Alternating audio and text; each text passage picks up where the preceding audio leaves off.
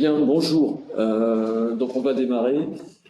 Donc je vais commencer par vous dire simplement que je vais parler pendant toute la présentation. Vous pouvez me poser des questions au fur et à mesure quand elles vous viennent. Et à la fin de la présentation, je reprendrai les questions et je donnerai des réponses. Alors je lirai les questions, il n'y aura pas d'intervention orale des participants. Voilà, donc on va y aller. Donc là, d'abord un mot d'introduction. Donc je suis Patrick Carré, je travaille à Terre Innovia. Donc je fais cette présentation dans un cadre ITER, sachant que j'étais récemment encore à l'ITER et j'ai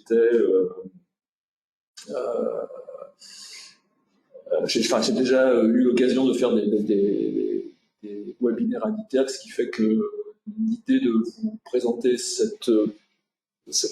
travail m'est venue naturellement. Donc je remercie l'ITER de nous avoir hébergé pour cette présentation. Et donc l'objectif de cette présentation, c'est une approche qu'on met en place aujourd'hui pour essayer de reprendre un petit peu la modélisation de l'extraction mécanique dans le but d'améliorer l'approche théorique, mais aussi d'essayer d'avoir une nouvelle phase de recherche qui permettrait d'améliorer l'extraction mécanique des graines oléagineuses.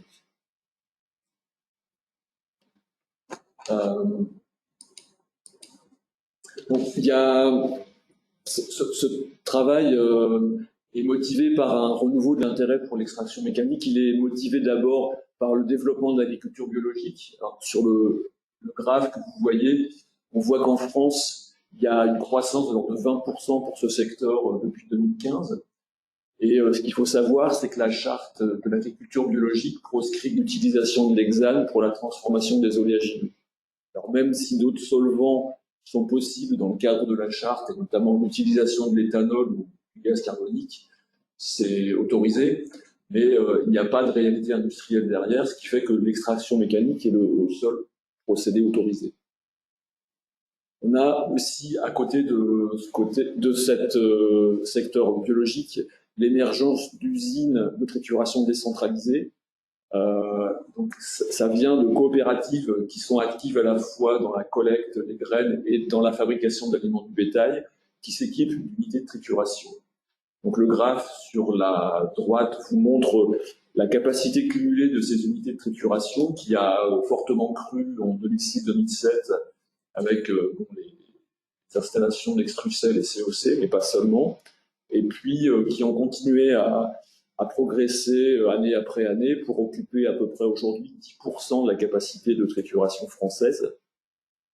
Et il y a eu dans les années qui viennent, enfin même dans les mois qui viennent, des nouvelles capacités qui vont entrer en service, et ce qui fait que la croissance de ce secteur va encore continuer dans les prochaines années.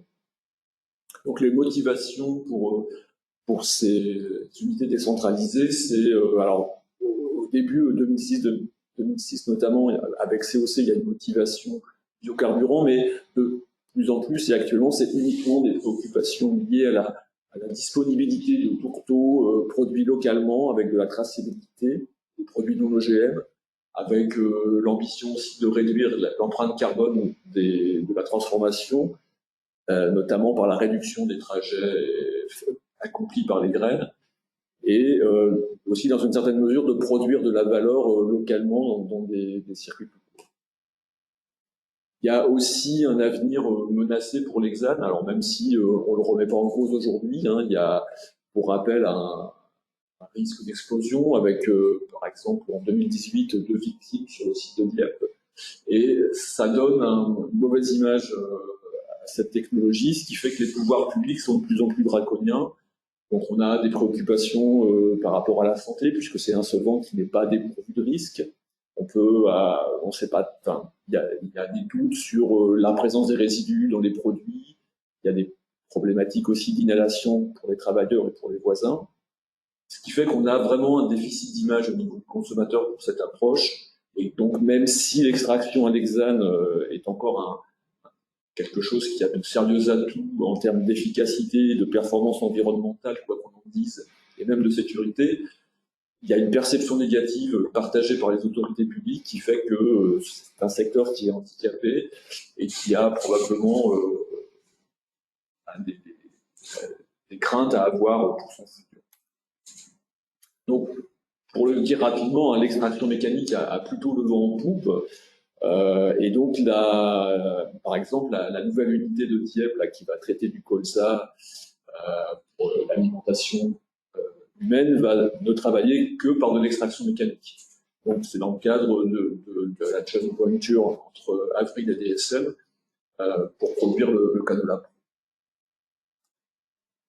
Donc tout ça, c'est favorable à l'extraction mécanique, mais l'extraction mécanique n'est pas satisfaisante en termes de performance industrielle. À l'échelle pilote, on sait produire des tourteaux avec des teneurs en huile résiduelles plutôt intéressantes, descend entre 4 et 5%, mais ce qu'on observe à l'échelle industrielle est moins performant. On a des tourteaux expeller de colza qui sont en moyenne à 11,5% dans la base de données filtrable qui regroupe 390 analyses de tourteaux gras. Bon, avec, il est vrai, un écart type qui est assez important, puisqu'il est de 3,5%, ce qui veut dire qu'on a à la fois des échantillons beaucoup plus performants et des échantillons beaucoup plus mauvais. Pour le soja, on est à 8,8, avec là un écart type de 2,3. Voilà, donc avant de rentrer un peu plus dans le détail de la tentative d'expliquer le fonctionnement des presses à vis, un petit rappel de ce que c'est qu'une presse. Et donc, sur cette diapositive, vous avez la presse d'ITER MBU 75 ouverte. Donc, on voit la vis et les cages ouvertes. Et puis, vous avez en dessous donc, un petit schéma qui montre le principe. Donc, le principe, c'est de réduire en continu le volume que traverse un produit pour générer de la pression. Donc, on a des segments de vis qui sont séparés par des bagues coniques qui permettent de faire varier le volume du noyau de la vis et qui génèrent une restriction à la progression du gâteau. On a des couteaux au regard de ces bagues coniques qui permettent d'éviter la rotation de la matière avec la rotation de la vis. Et puis, donc, à l'extrémité, on a un manchon terminal qui détermine un petit peu l'épaisseur du gâteau de sortie. Et cette vis, elle est entourée d'une cage qui est constituée de barreaux séparés par des cales d'épaisseur qui laissent passer l'huile, mais qui permettent de garder le gâteau à l'intérieur, et qui sont assujettis par des frettes qui permettent de résister à la pression. Alors, pour revenir aux objectifs, dans le secteur de l'alimentation animale qui consomme les tourteaux, la concentration en protéines est primordiale. C'est la valeur du tourteau, elle est essentiellement liée à sa teneur en protéines, même s'il n'y a pas que la teneur en protéines. Donc vous avez sur ce graphique la relation entre la teneur en protéines et le prix de diverses matrices utilisées en alimentation animale. Donc ça va des céréales qui sont plutôt pauvres, mais par contre assez riches en énergie, donc qui sont un peu au-dessus de la courbe, jusqu'au tourteau de soja, lui, qui est très riche en protéines et qui donc est le produit qui est le plus cher de la série, en passant par les tourteaux de colza et de tournesol qui sont plutôt intermédiaires, plutôt en dessous de la tendance puisqu'ils sont assez riches en fibres et donc qui pourraient voir leur valeur améliorée par le décortiquage. Donc, en ayant des tourteaux gras, on a des tourteaux qui sont un peu moins concentrés en protéines. Le décortiquage est un moyen d'améliorer la qualité des tourteaux, mais le dépelliculage ou le décortiquage est quelque chose qui est qui rend plus difficile l'extraction mécanique. Quand on enlève des fibres, on a des presses qui fonctionnent plus difficilement. Donc là, je vais essayer de vous montrer une petite vidéo pour illustrer ça. Donc là, ce que vous voyez, c'est du tournesol 100% décortiqué qui est en train d'être pressé sur la presse MBU 75 de l'ITERG. Et ce que vous voyez, c'est que le gâteau sort très péniblement, très doucement par rapport à la rotation de la vis. On a un glissement, un phénomène de glissement qui est lié à la difficulté de faire progresser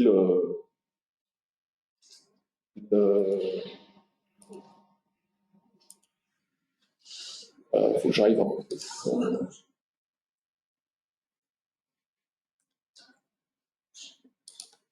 Voilà. Et donc, le phénomène s'accompagne en fait d'un reflux d'huile dans la cage qu'on peut voir ici sur cette deuxième vidéo où on voit l'entrée de alors cette fois-ci c'est du colza, c'est plus du tournesol. On a quelque chose qui est quand même similaire, c'est-à-dire que comme l'huile a du mal à sortir de la cage, elle accroche plus au niveau de la vis d'alimentation et ça perturbe fortement le fonctionnement de la presse. Donc, on voit un phénomène de glissement qui est quelque chose qui perturbe le débit des presses et on a beaucoup de difficultés à fonctionner avec les produits décortiqués. En conclusion, il est nécessaire d'améliorer les performances des presses industrielles. L'extraction mécanique des produits décortiqués est un verrou, donc qui ne permet pas la pratique de ce décortiquage, qui serait potentiellement une méthode pour améliorer assez significativement la valeur des protéines d'oléagineux en améliorant leur digestibilité, mais ce n'est pas possible à cause... il y a d'autres problèmes, mais il y a aussi celui-ci. Donc là, quand on regarde la recherche académique qui est faite au sujet de l'extraction mécanique, on constate qu'il y a quand même un nombre relativement important d'études qui sont publiées, mais elles ne sont pas satisfaisantes. J'ai passé en revue 212 articles qui traitent d'extraction mécanique. J'en ai trouvé que 15 qui parlent de modélisation et qui cherchent vraiment à élucider les mécanismes de l'extraction mécanique.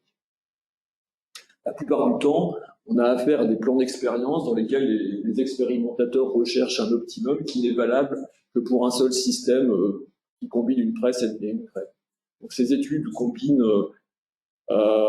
des études paramétriques. On va regarder l'effet de certains paramètres, notamment sur la préparation. On va regarder l'effet du broyage, de la teneur en eau, de la cuisson ou de la température de pressage, éventuellement du décortiquage. On va regarder aussi des paramètres sur la configuration de la presse, comme les dimensions de vis, l'espacement des barreaux de la cage, la présence plus ou moins importante d'éléments restrictifs. Ce qu'on obtient, ce sont des courbes de réponse qui permettent de voir comment ça répond à la variation des paramètres. Mais c'est des optimums qui ne sont pas généralisables. Et si on prend l'exemple de l'effet de la teneur en eau sur la performance du déshuilage, on obtient des choses qui sont impossibles à vraiment valoriser, puisque d'une étude à l'autre, ça varie beaucoup. On ne sait pas très bien, en fait, comment l'eau va impacter le fonctionnement d'une presse. Il peut, dans certains cas, quand on est trop sec, avoir fait de perte d'efficacité, et inversement, quand on est trop humide, la même chose.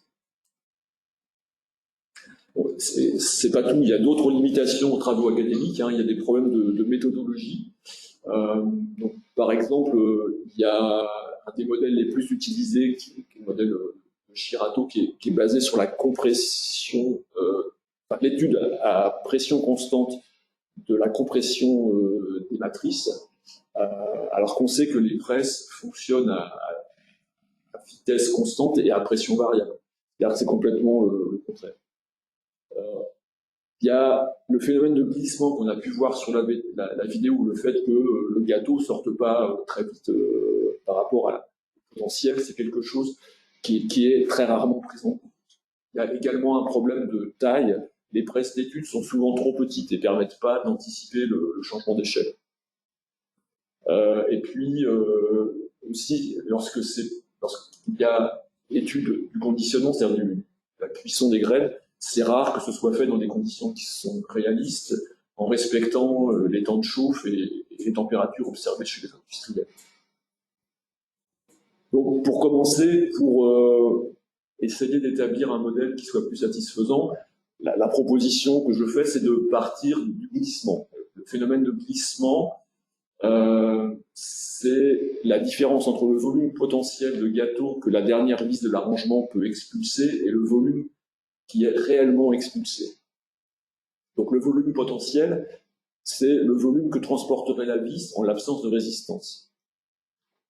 Donc le glissement, il dépend de l'interaction entre les propriétés rhéologiques du matériau et la géométrie de la presse.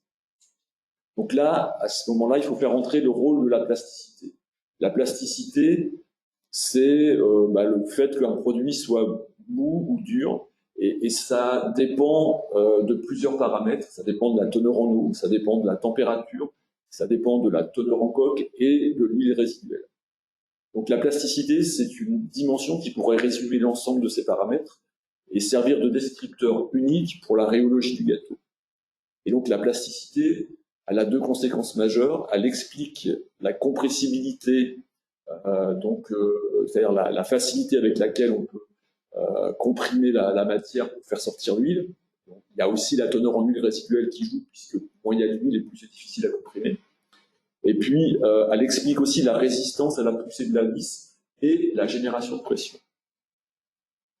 Donc la génération de pression, c'est aussi un paramètre qui est très important, puisque on sait très bien que plus on peut avoir de pression et plus on va pouvoir déshuiler. Et donc, la pression, dans une presse piston, c'est simple de la générer, c'est-à-dire on appuie sur le piston et on a de la pression. Dans une presse à vis, il faut que le matériau qui est dans la vis contribue à la génération de pression. Et donc, si on prend un produit mou, je prends toujours l'exemple du dentifrice, puisque c'est assez illustratif, c'est quand on appuie sur le dentifrice, le produit sort facilement et il n'y a pas de pression. Par contre, si on part d'un produit qui est dur, pour le déplacer, on va avoir besoin de plus d'efforts pour pouvoir lui faire passer l'obstacle. Et enfin, quand on a des matériaux qui sont très durs, la vis ne parvient pas bien à les faire avancer, et donc c'est là qu'apparaît le glissement.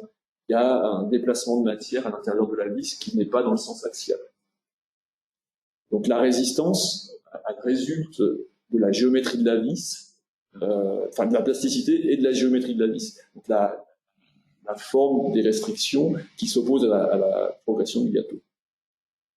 Donc pour le présenter un peu différemment, donc la force qui est nécessaire pour faire avancer le gâteau dans une restriction, elle dépend donc de la plasticité et de l'accélération imprimée. C'est-à-dire l'accélération, ça peut résumer la forme de la presse qui génère la restriction.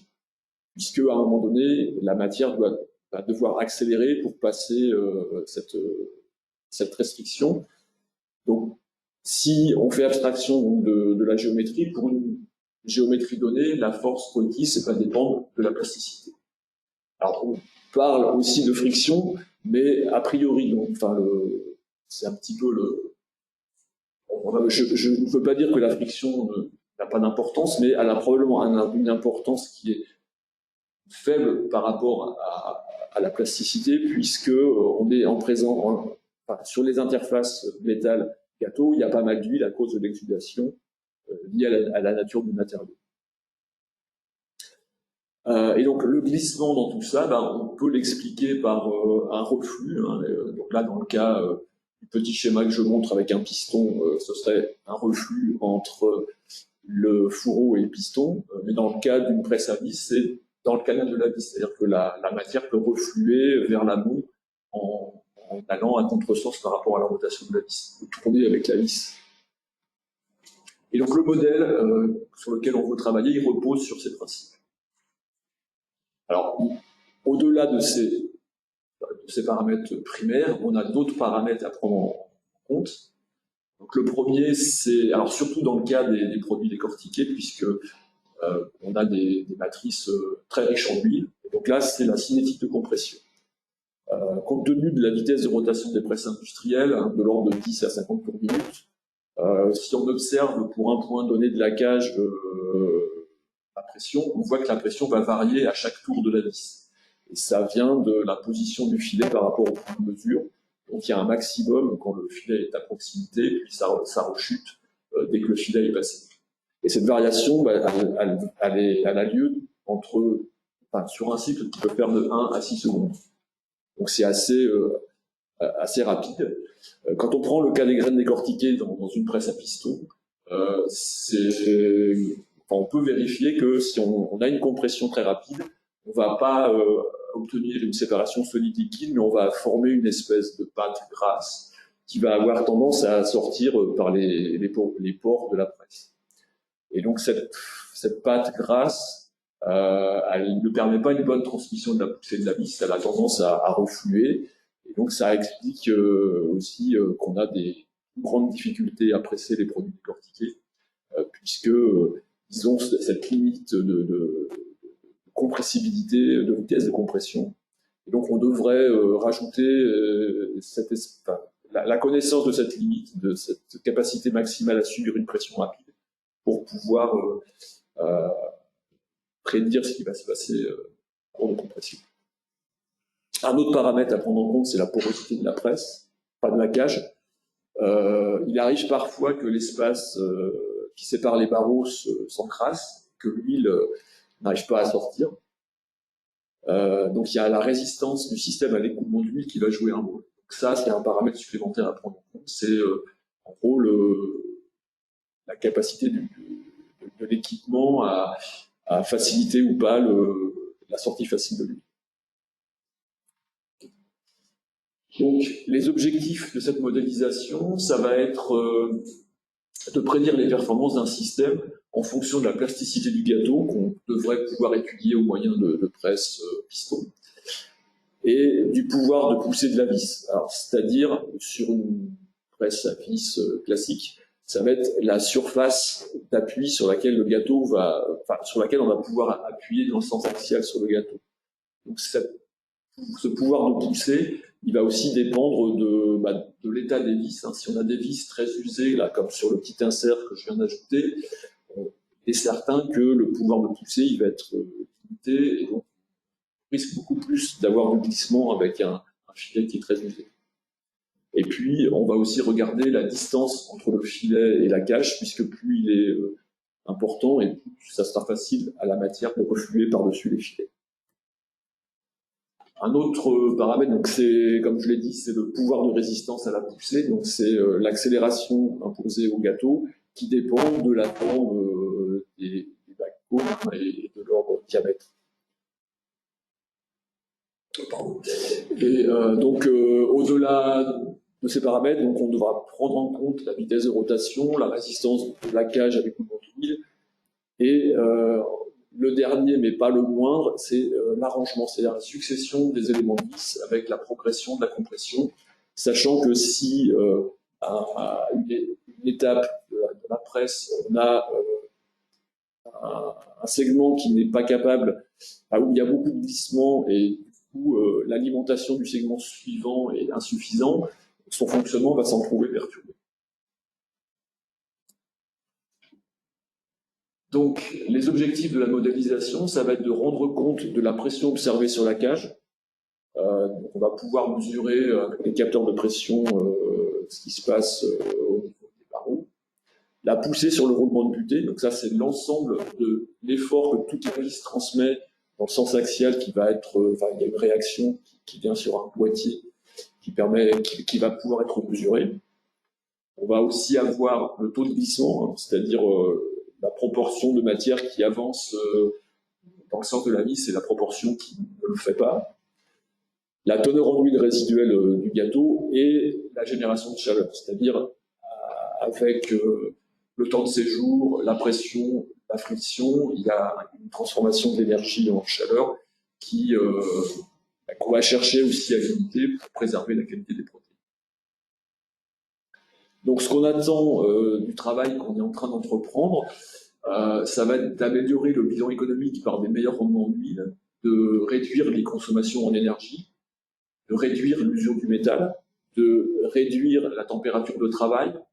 Donc ça, par voie de conséquence, ça devrait améliorer la qualité des tourteaux, donc une meilleure digestibilité des protéines, pour les monogastriques en particulier.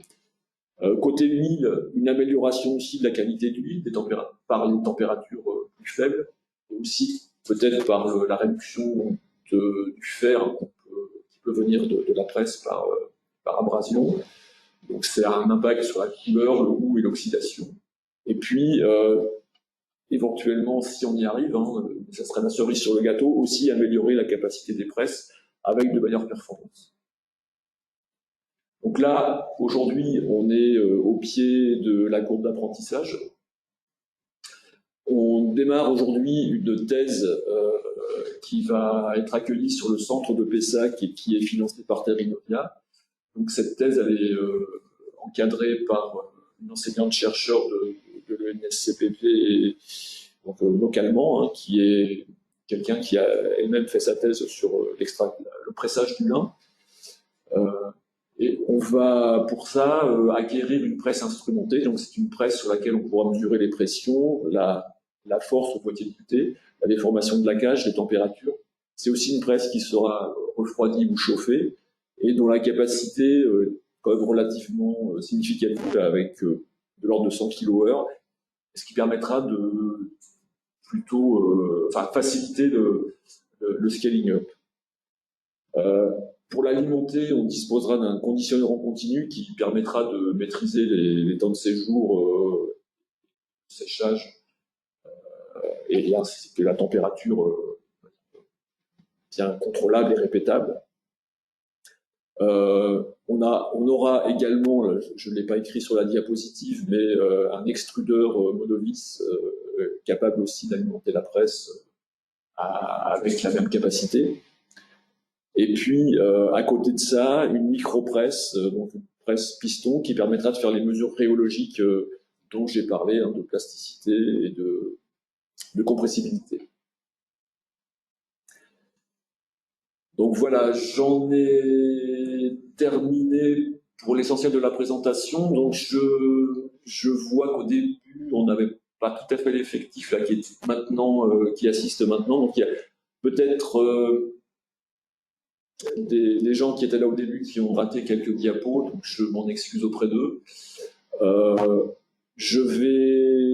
Maintenant, je vais m'arrêter une petite minute pour regarder les questions, et puis je reviens vers vous avec les réponses.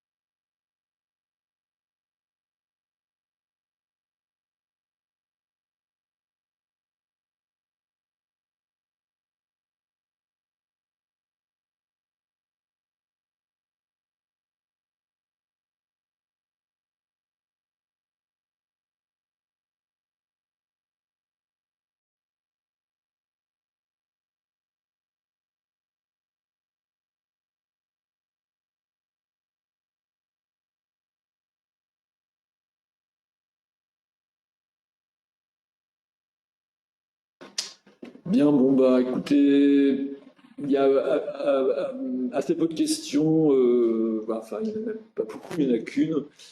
Donc je vais vous la lire, hein. C'est peut-on améliorer l'efficacité du pressage en ajoutant de la matière neutre, fibre de coco?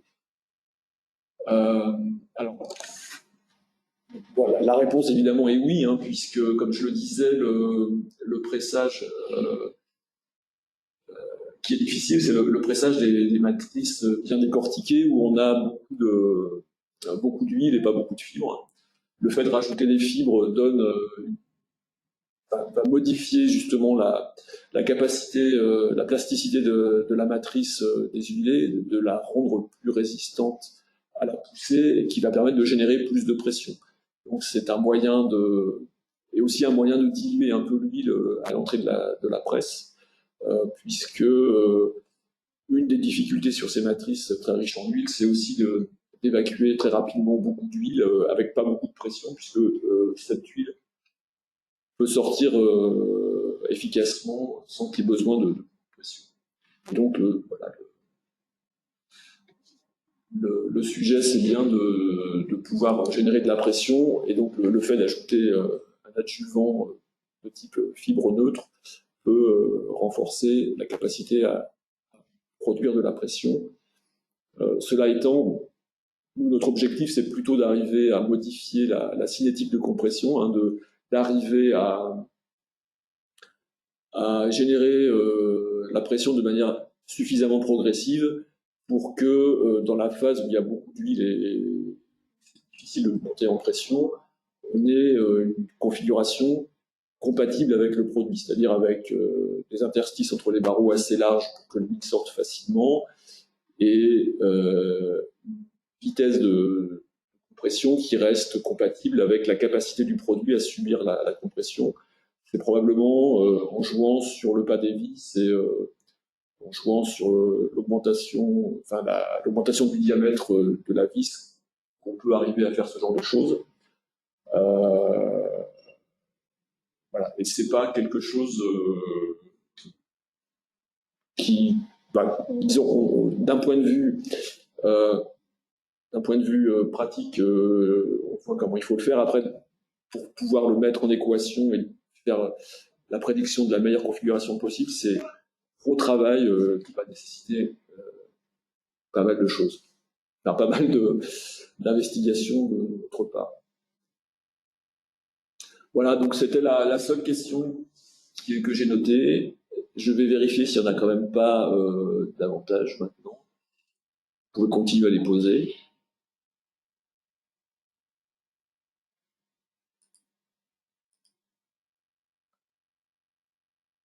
J'ai un petit peu de mal avec la fenêtre des questions.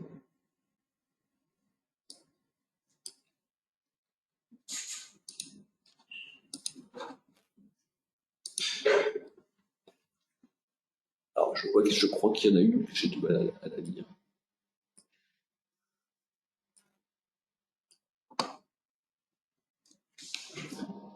Ah, alors, une autre question. Compte tenu de la quantité d'huile résiduelle dans le gâteau, quelle teneur minimale une graine doit-elle avoir?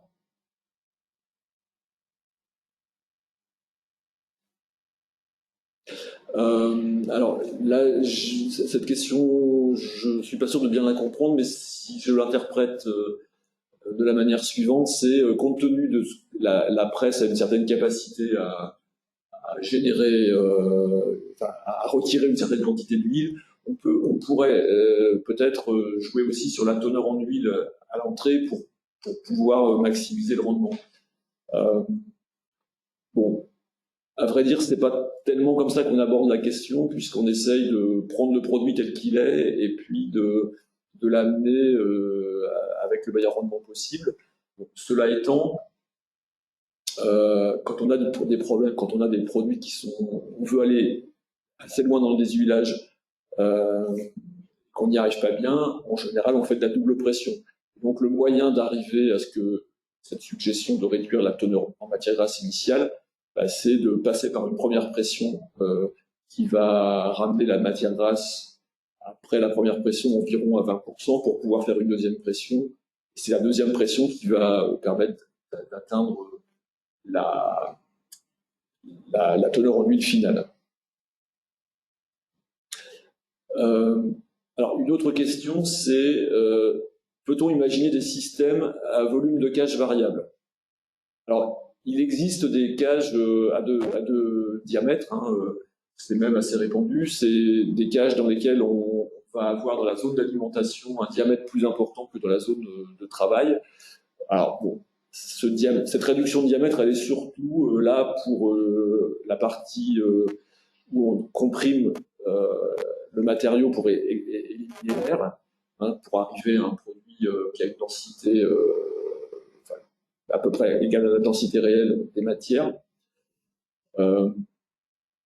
Mais ça pose quand même des problèmes, et notamment quand on a des produits très gras, comme les amandes de tournesol qu'on a vues, on a en général des problèmes pour passer la restriction, pour passer du grand diamètre au petit diamètre, du fait que on commence déjà sur ces produits-là à déshuiler beaucoup, et on patauge un peu dans l'huile, ce qui fait que la vis a du mal à faire son travail.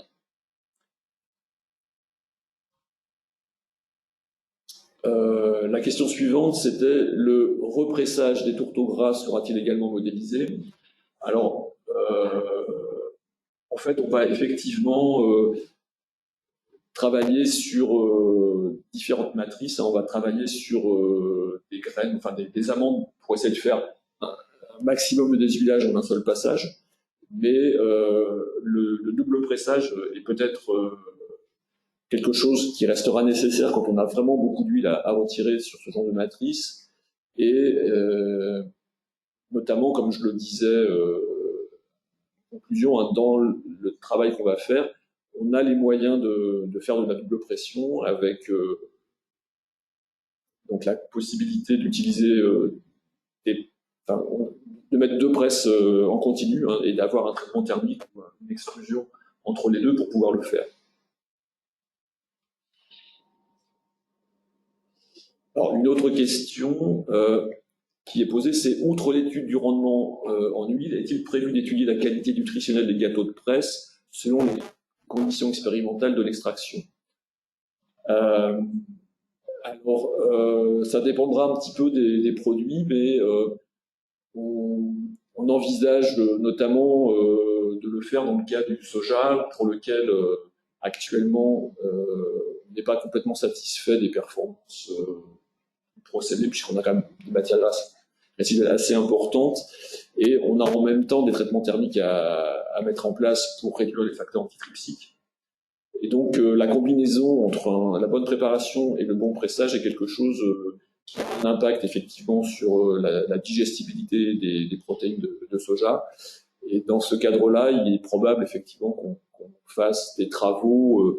Alors en général, ce sont des choses qu'on fait avec l'hydra pour la volaille, hein, et les fibres pour les porcs. Donc dans le cadre du projet Valois-Val qui est en cours, on a mis en place actuellement une étude de digestibilité sur des tourteaux gras de colza et de tournesol décortiqués, avec deux niveaux de décortiquage, un décortiquage à 55%, un décortiquage à 85%, qui ont été pressés de manière plus ou moins intensive, c'est-à-dire des tourteaux dont l'objectif est d'avoir à peu près la teneur en huile courante aujourd'hui, donc d'environ 10% de matière grasse, et des tourteaux sur lesquels c'est mis comme objectif d'avoir de l'ordre de 6% de matière grasse. Donc les deux sont en cours d'études de digestibilité chez Arvalis. On devrait avoir les résultats en début d'année. Alors, question suivante, c'est peut-on améliorer l'efficacité du pressage en agitant? Bah, c'est là, je l'ai déjà fait. La suivante, ça concerne le timing de l'étude. Alors, la thèse, c'est quelque chose qui dure 3 ans. Elle a commencé mi-septembre. Donc, ça vous donne un petit peu le timing là, de ce qu'on va faire dans le cadre de la thèse. Mais la thèse n'est pas... ce travail ne se limite pas à la thèse. Hein.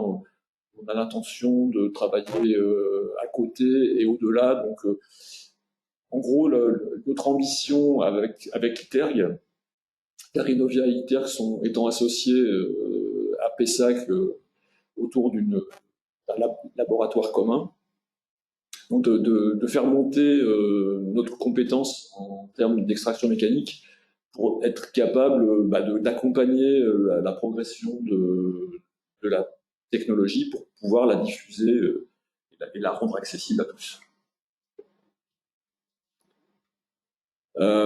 Question suivante, donc c'est quelles variétés de graines vont être étudiées au cours de cette thèse? Donc la thèse, elle est plutôt centrée sur le cas du tournesol décortiqué. Alors pourquoi le tournesol décortiqué?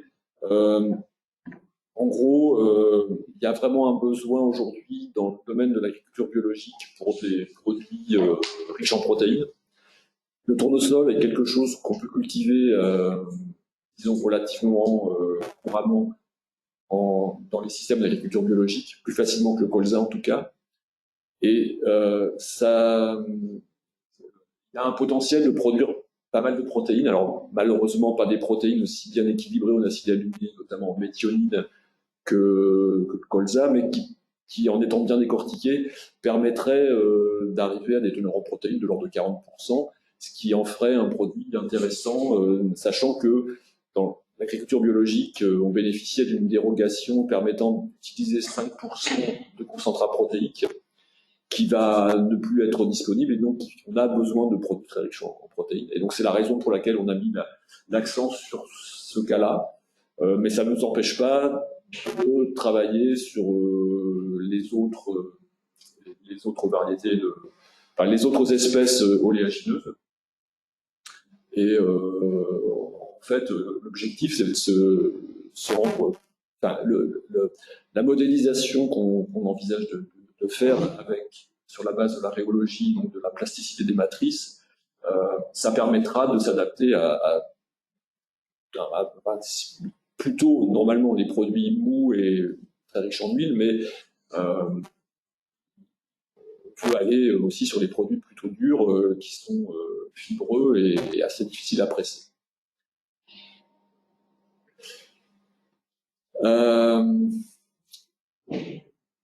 Alors, une question ensuite, c'est sur la variété et la maturité du grain. Donc, sur la maturité,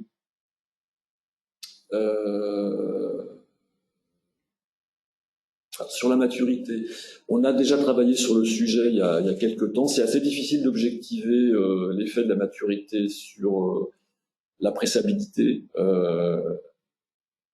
Elle est comment dire, assez difficilement observable du fait que ce qu'on soupçonne, hein, c'est que après la récolte, la qualité de la matière évolue, avec notamment la polymérisation des lignines qui doit continuer à se faire et qui doit contribuer à la rigidification des membranes, enfin des parois, pardon. Et bon, c'est quelque chose qui évolue dans le temps et qui peut avoir, notamment après la récolte et dans les semaines qui viennent, les semaines qui suivent, qui peuvent se manifester par des comportements assez différents dans le cours du pressage. Par contre, quand on a essayé de le mesurer sur une petite presse qui n'était pas très bien instrumentée, dans des conditions peut-être un peu plus difficiles, on n'a pas pu l'observer. Mais ça, c'est quelque chose qu'on a à l'esprit et qu'on essaierait assez volontiers de revoir.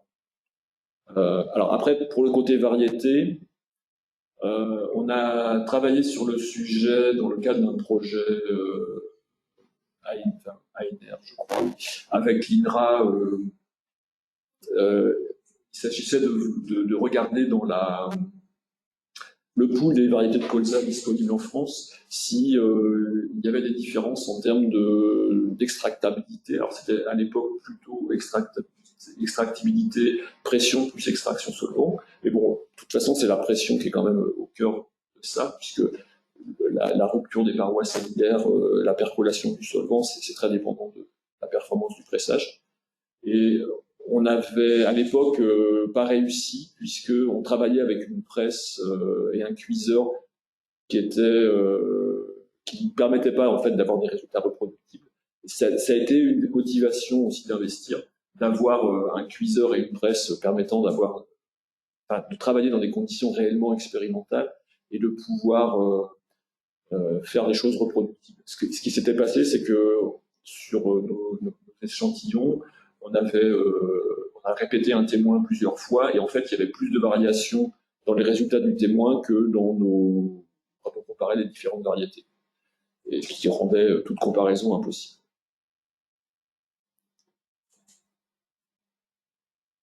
Et j'ajouterais aussi que par rapport aux variétés, on attend dans le futur une évolution de la qualité des colzas avec des colzas très riches en protéines, pour lesquels on soupçonne qu'il y aura des problèmes de pressage. Alors, la question suivante, c'est un pressage plus poussé ne risque-t-il pas de générer des films dans l'huile et dans le cake? A-t-on une idée sur le sujet? Alors, c'est ce qui se passe en fait quand on travaille, par exemple, si on, toute chose égale par ailleurs, et qu'on a à la sortie de la presse un obturateur qu'on peut écarter ou resserrer pour augmenter la contrainte en sortie de presse, ça arrive que quand on serre beaucoup, on forme beaucoup de pieds et qui du coup perturbe la filtration de l'huile. L'approche qu'on propose justement, elle est de combiner la meilleure préparation possible pour jouer sur la plasticité, c'est-à-dire en jouant sur l'humidité principalement, mais aussi par la cuisson sur la plasticité, hein, et donc d'améliorer la compressibilité de la matière.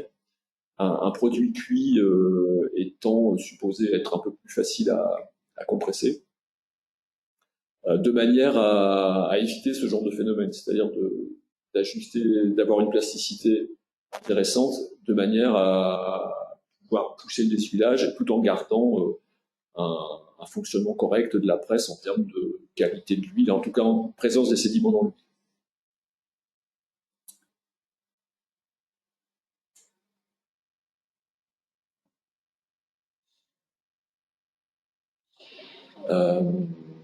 Donc voilà. Et du coup, je pense que j'ai fait le tour des questions.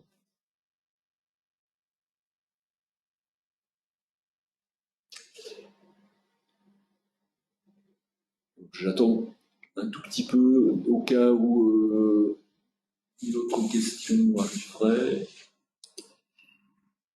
Ah oui, parce que le problème, c'est qu'elles n'arrivent pas tout à fait dans l'ordre chronologique. Donc,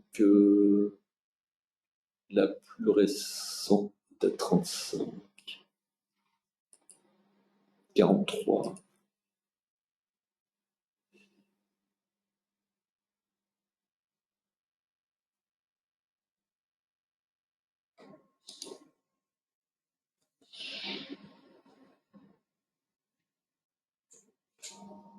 Bien, bah écoutez, je ne vois pas de nouvelles questions, donc je vous remercie de votre attention. Et puis, je vous invite à me contacter si vous voulez avoir peut-être des informations particulières sur le travail qui va être entrepris et si vous souhaitez en savoir plus. Donc, vous trouverez facilement nos coordonnées sur le site de Terrinovia. Je vous remercie de votre attention et je vous souhaite une bonne journée. Au revoir.